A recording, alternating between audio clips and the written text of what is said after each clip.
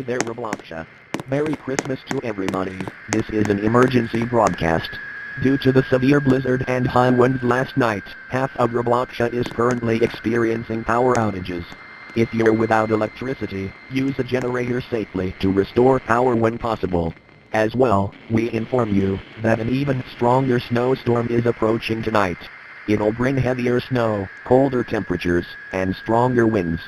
Stock up on essential supplies, keep your windows locked, and stay indoors. Avoid traveling, as the roads are icy and unsafe.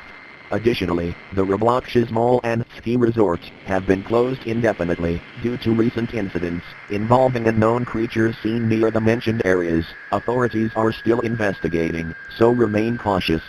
Prepare accordingly, and stay safe, Robloxia. We're sorry your holidays turned out this way. We will keep you updated.